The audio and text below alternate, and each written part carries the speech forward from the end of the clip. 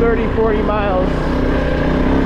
But the refueling thing just came on, and I've come to, well, I question myself, start to question myself. But what I've seen is that it usually leaves a couple gallons in there when it starts to tell you to refuel. So I'm not going to go too much further. I got stuff to do today. It's so hard as you're approaching the mountain, the rocks in the distance to turn around. At least for me.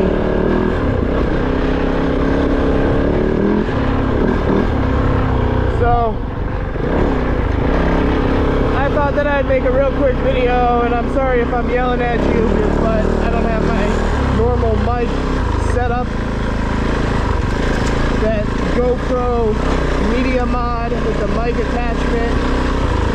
I've had 2 of those fail on me. They both lasted just under a year. So I'm going with some foam over the top of the front speaker and seeing if it picks up my voice well enough. So that's really why I really haven't been putting out too much moto vlogging content, was because of my mic situation. Anyways, people have been wondering about the Kove and the more long-term reviews of it, our opinions, what are the issues we're facing, and kind of my response to that is, the reason you probably haven't seen very much content is because everybody's out enjoying the Kove instead of working on them. Because really there hasn't been too many problems, you know, just, I mean, the small little things that have been discovered. You know, a bolt needs tightened, a rectifier needs replaced, you know, it's a fueling issue. Pretty much have all been resolved for the most part. I would say that, you know, the speedo being all twitchy, mine doesn't stay steady, it goes all over the place. So I would say the speedo issue on mine, because I've tried replacing the pickup. And then I've had my fuel boil over. I think it really was just a matter of the fuel boiling when I look back on it. Because the tanks weren't full, but I was going down in elevation and it was really hot and I was not going very fast. So that issue. My left side of my valve cover on the top of the motor is leaking oil a little bit. So the left side of my motor has like this residue of oil on it, which kind of sucks. It's kind of a mess.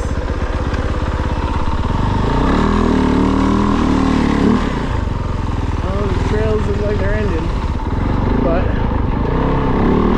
little offshoot right here.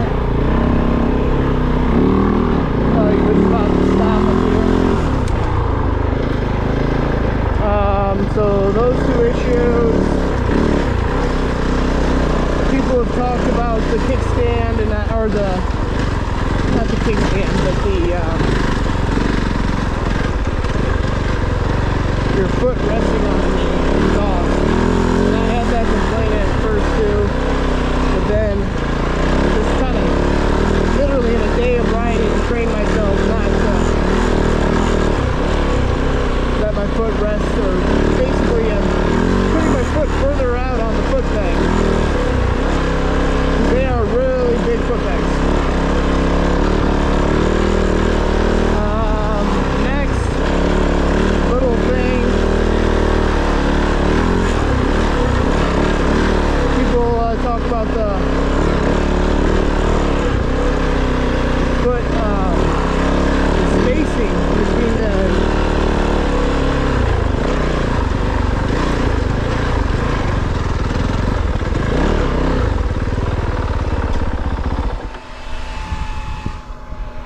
spacing between the gear shifter and the skid plate. And I have these gigantic size, I think these are maybe only like 11s, but I'm able to get my foot under there no problem.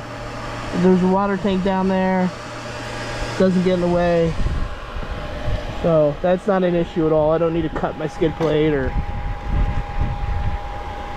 see, it says refuel. This other thing, they talk about the water temperature.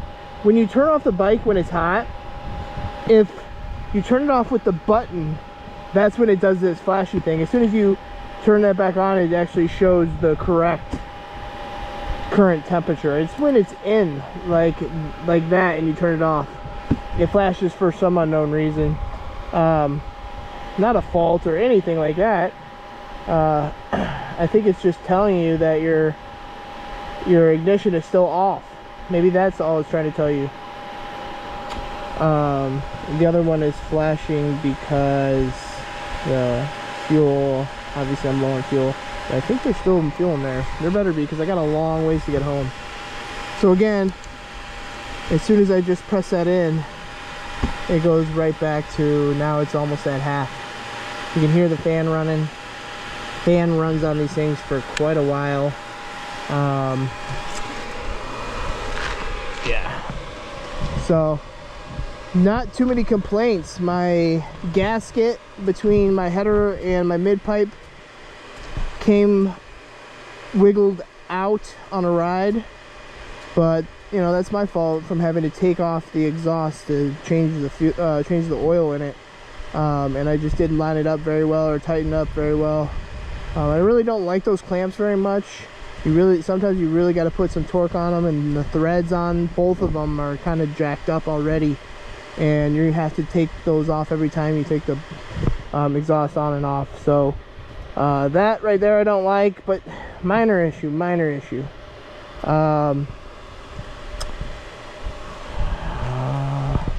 So Mason Klein rode my bike, and he said he felt like he was really over the front on it and felt like the front was going to wash out. So I went away with the dual sport front tire, and I got I put the Tusk, you know, basically the motocross Tusk, but this is the fatty on there. This is a 18. Blah, can't talk.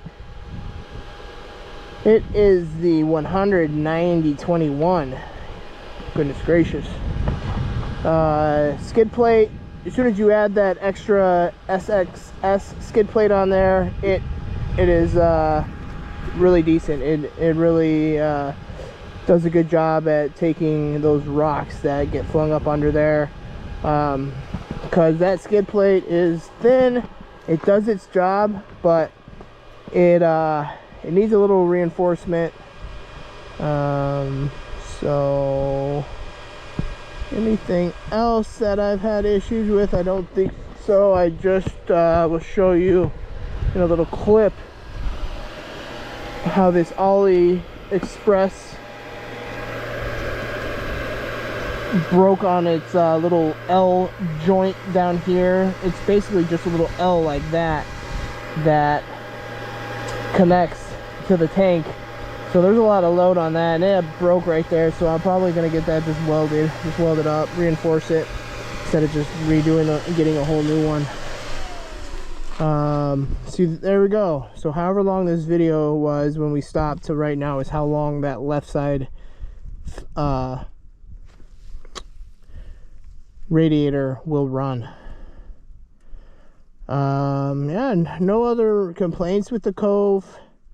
Really like the Kove.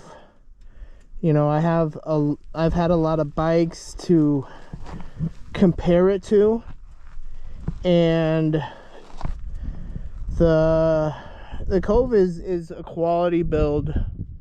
They really thought it out. It's really easy to, you know, take the front fairing off.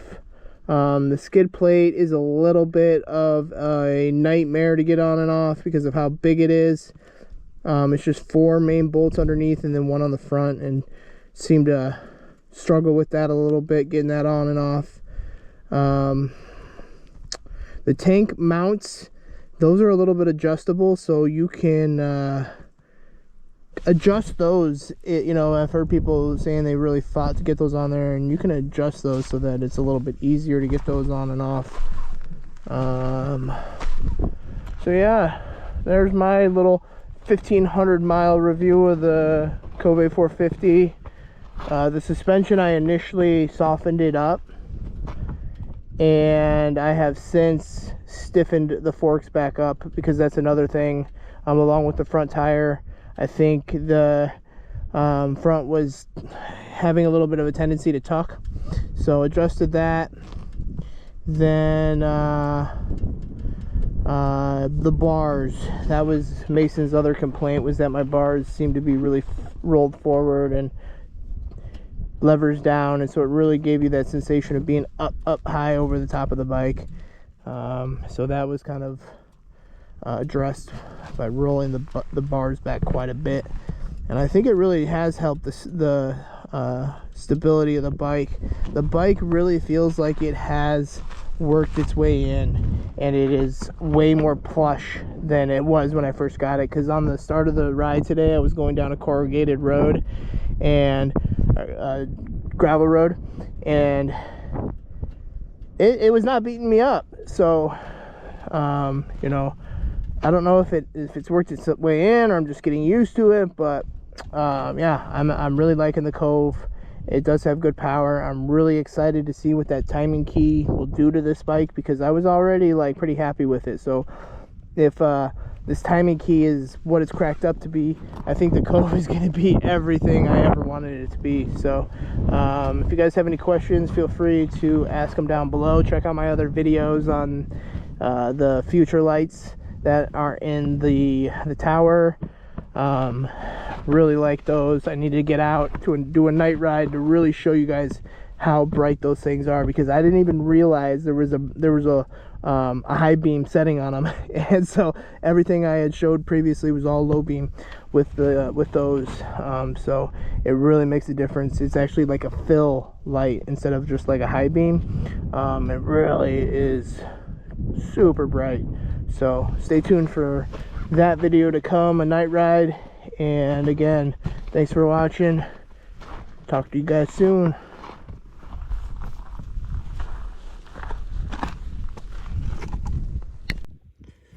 Well, you get what you pay for. So on the side of my Kove here, the AliExpress, you can see the metal just broke. And I thought I heard something flapping around down here, but didn't know what it was. So I probably have about 6 or 7 pounds in this bag at most. So not a lot of weight, but maybe Mason Klein did that. Just kidding. Well, it's nothing a heap of zip ties can't fix.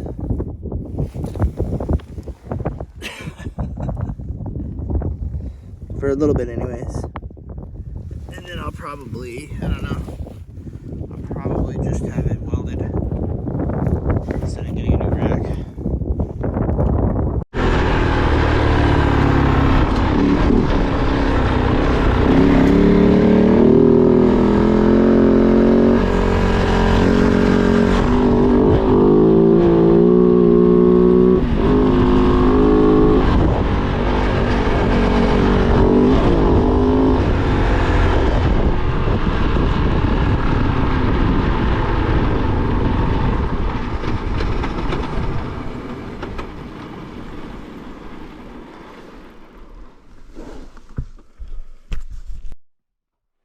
Whew. 3:37. I still have a bunch of miles to go, and I'm supposed to be home at like 4:15. Wife lets me go ride,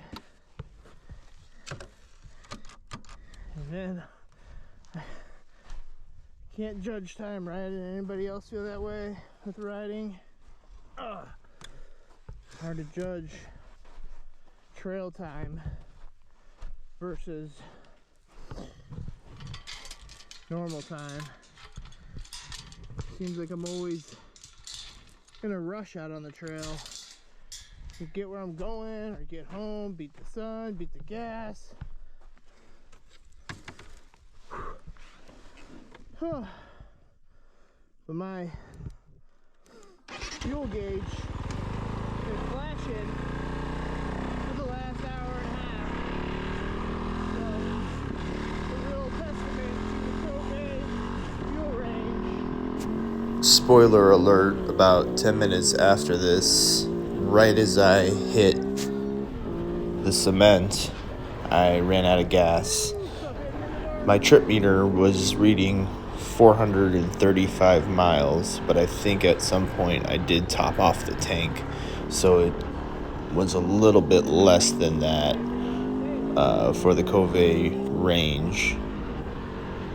Luckily, I was on the side of the road and some dispersed campers saw me and came over and drove me to the gas station. Ended up being late to my family event, but I did make it, and just came to find out that the Kove fuel gauge is pretty accurate. And when it starts to flash, you really only have about 45 miles or so left. So before, when it was flashing, there was some kind of issue with the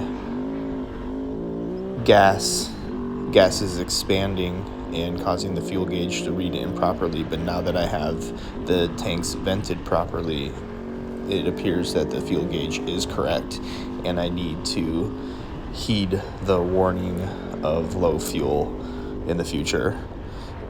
Thanks for watching.